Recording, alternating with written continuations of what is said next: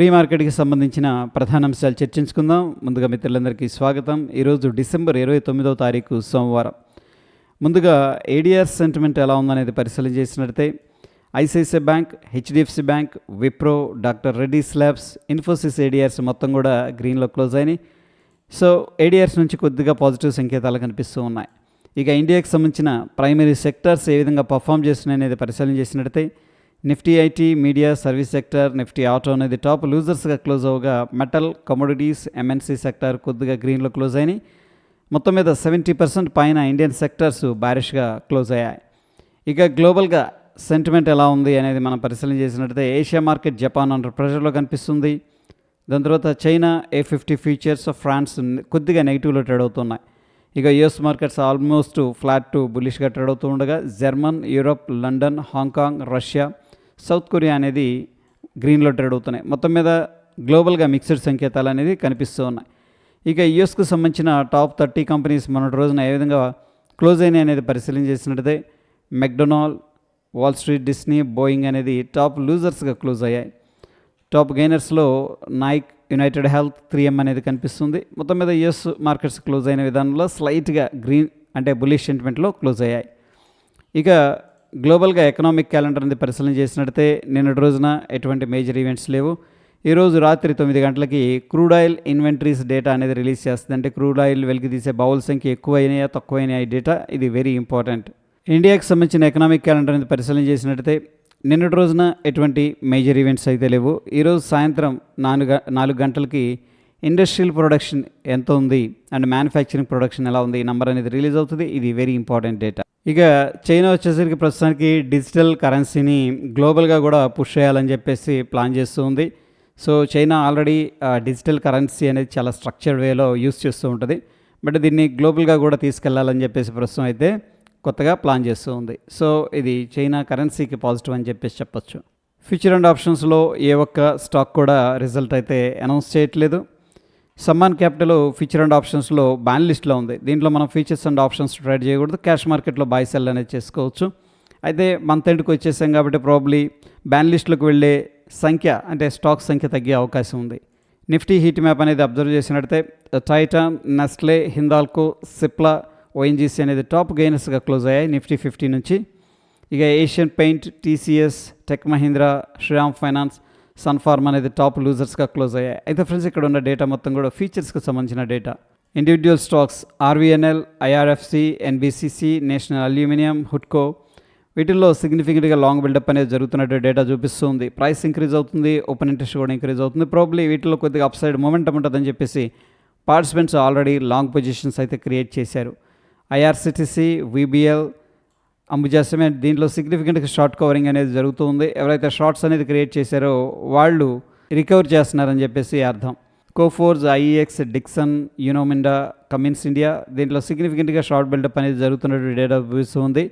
అంటే కొత్తగా షార్ట్స్ చేస్తున్నారనమాట, ప్రైస్ కిందకి వెళ్తుందని చెప్పేసి ఎక్స్పెక్టేషన్స్ అయితే ఉన్నాయి. సమాన్ క్యాపిటల్, కెయిన్స్, ఏషియన్ పెయింట్, KEI దీంట్లో సిగ్నిఫికెంట్గా లాంగ్ అన్వైండింగ్ అనేది జరుగుతుంది. ఎవరైతే లాంగ్ అనేది హోల్డ్ చేస్తున్నారో వాళ్ళు ఎగ్జిట్ అవుతున్నారు. ఫ్యూచర్స్లో బిల్డప్ ఎలా ఉందనేది పరిశీలన చేసినట్టయితే 23% బుల్లిష్ సైడ్, షార్ట్ సైడ్ ఏమో 60%. మొత్తం మీద కొద్దిగా బ్యారిష్ సైడ్ పొజిషన్స్ అనేది క్రియేట్ చేసినట్టు మనం అర్థం చేసుకోవచ్చు. ఇక నిఫ్టీకి సంబంధించిన ఫ్యూచర్ చార్ట్ అనేది అబ్జర్వ్ చేస్తూ వస్తూ ఉన్నాం. సో మొన్నటి రోజున ఈ యొక్క నిఫ్టీ వచ్చేసరికి దాని యొక్క ఫ్యూచర్ నెగిటివ్లో క్లోజ్ అయింది. Based on the price and open interest interpretation అనేది చూస్తే షార్ట్ బిల్డప్ అనేది జరుగుతున్నట్టు చూపిస్తూ ఉంది. అంటే కొద్దిగా కిందకి వెళ్తుందని చెప్పేసి పార్టిసిపెంట్స్ అయితే కొద్దిగా ఎక్స్పెక్టేషన్స్ పెట్టుకున్నారు. ఇక ఎటువంటి ఇండెక్స్లో కూడా ఈరోజు ఎక్స్పైరీ అయితే లేదు. పార్టిసిపెంట్ వాయిస్ డేటా అనేది మనం పరిశీలన చేసినట్లయితే FIS ఇండెక్స్ ఫీచర్స్ ద్వారా బ్యారిష్గా ఉన్నారు, స్టాక్ ఫీచర్స్ ద్వారా బుల్లిష్గా ఉన్నారు, ఇండెక్స్ ఆప్షన్ స్టాక్స్ ద్వారా బ్యారిష్గా ఉన్నారు. ప్రొప్రైటరీ వచ్చేసరికి ఇండెక్స్ ఫీచర్స్ ద్వారా బ్యారిష్గా ఉన్నారు, స్టాక్ ఫీచర్స్ ద్వారా బుల్లిష్గా ఉన్నారు, ఇండెక్స్ ఆప్షన్స్ ద్వారా బ్యారిష్గా ఉన్నారు. మొత్తం మీద FIS కానీ ప్రొప్రైటరీ కానీ ఇద్దరు కూడా కొద్దిగా బ్యారిష్ సైడ్ పొజిషన్స్ ఉంచారు. క్లయింట్ వచ్చేసరికి index features, stock features, index options ద్వారా బుల్లిష్గా ఉన్నారు. DIS ఏమో ఇండెక్స్ ఫీచర్స్ ద్వారా కొద్దిగా బుల్లిష్గా ఉన్నారు, స్టాక్ ఫీచర్స్లో మాత్రం బ్యారిష్గా ఉన్నారు అండ్ స్టాక్స్లో బుల్లిష్గా ఉన్నారు. మొత్తం మీద FIS 318 కోట్లు క్యాష్ మార్కెట్లో సేల్ చేసినట్టు తెలుస్తుంది. DIS ఏమో 1773 కోట్లు క్యాష్ మార్కెట్లో బై చేసినట్టు తెలుస్తుంది. FIS సెల్ చేస్తూ మార్కెట్ను ట్రాక్ చేస్తుండగా DIS బై చేస్తూ మార్కెట్కి సపోర్ట్ చేస్తున్నారు. ఇండియా విక్స్ అనేది పరిశీలన చేసినట్టయితే 0.44% డ్రాప్ అయింది. ప్రస్తుతానికి ఇండియన్ మార్కెట్స్ స్టేబుల్గా ఉన్నాయని చెప్పేసి ఇండియా విక్స్ చెప్తుంది. డాలర్ ఇండెక్స్ వచ్చేసరికి కొద్దిగా వీక్గా ట్రేడ్ అవుతుంది. ఇక Dow Jones industrial average futures so మన రోజునైతే కొద్దిగా డోజీ అనేది ఫామ్ అయింది. ఎనీహౌ ఈరోజు 46 పాయింట్స్ పాజిటివ్గా ట్రేడ్ అవుతుంది.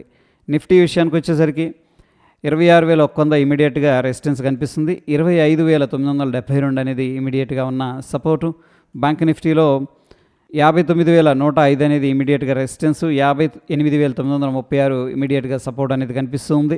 సెన్సెక్స్లో 84,811 ఇమీడియట్గా సపోర్ట్ అయితే కనిపిస్తుంది. 85,392 ఇమీడియట్ రెసిస్టెన్స్ కనిపిస్తుంది. ఇక గిఫ్ట్ నిఫ్టీ విషయానికి వచ్చేసరికి ఇక్కడ క్లోజ్ అయింది, అంటే నెగిటివ్గా క్లోజ్ అయింది. బట్ ఈరోజు ఓపెనింగ్ మాత్రం చాలా స్ట్రాంగ్గా గ్యాప్ అప్ అయింది. గ్యాప్ అప్ అయ్యి అక్కడి నుంచి ప్రాఫిట్ బుకింగ్ అనేది జరుగుతుంది. ఎనీహౌ మనం చూసిన సమయానికి 17 పాయింట్లు పాజిటివ్గా ఉంది. నంబర్ అనేది పరిశీలన చేసినట్టయితే 26,091 ప్రస్తుతం ట్రేడ్ అవుతూ ఉంది. మన నిఫ్టీ ఫ్యూచర్ ఏమో 26,060 దగ్గర క్లోజ్ అయింది. సో మొత్తం మీద ఒక 31 పాయింట్లు పాజిటివ్గా కనిపిస్తుంది. Based on the gift Nifty feature మనం ఒక గ్యాప్ అప్ అనేది ఎక్స్పెక్ట్ అయితే చేయొచ్చు. ఇక గోల్డ్ విషయానికి వచ్చేసరికి ఆల్ టైమ్ హైలో ట్రేడ్ అవుతుంది. 1,42,385 అనేది ఒక మేజర్ రెసిస్టెన్స్ అయితే ఉంది. 1,38,957 ఇమీడియట్గా సపోర్ట్ కనిపిస్తుంది. సిల్వర్ కూడా ఆల్ టైమ్ హైలో ట్రేడ్ అవుతుంది. 2,46,414 అనేది ఇమీడియట్ రెసిస్టెన్స్ కనిపిస్తుంది. 2,27,835 ఇమీడియట్ సపోర్ట్ కనిపిస్తుంది. క్రూడ్ ఆయిల్లో 5,233 ఇమీడియట్గా రెసిస్టెన్స్ కనిపిస్తుంది. 5,131 ఇమీడియట్ సపోర్ట్ కనిపిస్తుంది. న్యాచురల్ గ్యాస్లో 382 అనేది ఇమీడియట్ సపోర్ట్ కనిపిస్తుంది. 4,000 అనేది ఇమీడియట్గా రెసిస్టెన్స్ కనిపిస్తుంది. ఇక బిట్ కాయిన్లో కొద్దిగా బుల్లిష్ సెంటిమెంట్ అనేది కనిపిస్తుంది. 87,800 ఇమీడియట్ సపోర్ట్ కనిపిస్తుంది. 90,200 పైన ఇమీడియట్ రెసిస్టెన్స్ కనిపిస్తుంది. ఇక individual stocks Coforge, Vedanta, Diamond Power, Solar World Energy, Timex Group India, Stylam, Vikran engineering, Suzlon అనేది న్యూస్లో ఉన్నాయి. సో ప్రాబ్లీ వీటిలో స్ట్రాంగ్ మొమెంటం ఉండే అవకాశం ఉంది. అయితే ఫ్రెండ్స్ ఇక్కడ మన టెలిగ్రామ్లో సో స్టాక్ నేము, దాంట్లో ఉన్న న్యూస్ ఏంటి, దాని తర్వాత ఇది పాజిటివా నెగిటివా సెంటిమెంట్ అనేది నేను అప్డేట్ చేస్తున్నాను. At the same time link కూడా ప్రొవైడ్ చేస్తున్నాను. అయితే టెలిగ్రామ్లో మీరు కూడా జాయిన్ అవ్వాలనుకుంటే ఫ్రెండ్స్ కింద లింక్ అనేది ఉంది, ఆ లింక్ ద్వారా మీరు జాయిన్ అవ్వచ్చు. ఇక టెక్నికల్గా ఇండికేటర్స్ ఏం చెప్తున్నాయి అనేది మనం పరిశీలన చేసినట్టయితే బ్యాంక్ నిఫ్టీ డైలీలో న్యూట్రల్ ఉంది. లోవర్ టైం ఫ్రేమ్లోనూ స్ట్రాంగ్ సెల్ అనేది అడ్వైస్ చేస్తూ ఉంది. నిఫ్టీ 50లోనేమో స్ట్రాంగ్ బై ఉంది డైలీ టైం ఫ్రేమ్లో. లోవర్ టైం ఫ్రేమ్లో కొద్దిగా సైడ్ వేస్ యాక్టివిటీ అనేది చూపిస్తుంది. మొత్తం మీద ఏడిఆర్స్ నుంచి స్లైట్గా మనకి బుల్లిష్ సంకేతాలు కనిపిస్తూ ఉన్నాయి. గ్లోబల్గా మిక్స్డ్ సంకేతాలు కనిపిస్తూ ఉన్నాయి. ఇక గిఫ్ట్ నిఫ్టీ ఫ్యూచర్స్ అనేది మనం పరిశీలన చేసినట్టయితే స్లైట్ గ్యాప్ అప్ అనేది ఇండికేట్ చేస్తూ ఉన్నాయి. ఎనీహౌ ఫ్రెండ్స్ మనకి ఈ యొక్క న్యూ ఇయర్ సందర్భంగా ఏంటంటే యాక్టివిటీ కొద్దిగా తక్కువగా ఉండే అవకాశం ఉంది. బట్ స్టిల్ ఏంటంటే ఇండియన్ మార్కెట్స్ అయితే బుల్లిష్గా ఉన్నాయి. So based on the current situation ఏంటంటే ఎవ్రీ డిప్ కూడా బాయింగ్ ఆపర్చునిటీ. సో ఇది ఫ్రెండ్స్ ప్రీ మార్కెట్కి సంబంధించిన అప్డేట్స్. ఎటువంటి క్రిటికల్ అప్డేట్స్ ఉన్న టెలిగ్రామ్లో షేర్ చేస్తాను. ఫ్రెండ్స్ వీడియో ఇన్ఫర్మేటివ్గా అనిపిస్తే తప్పకుండా లైక్ చేసి మీ యొక్క సపోర్ట్ అని తెలియజేయండి. మరొక ఇంట్రెస్టింగ్ ఎపిసోడ్ మళ్ళీ కలుసుకుందాం. Stay tune. ధన్యవాదాలు.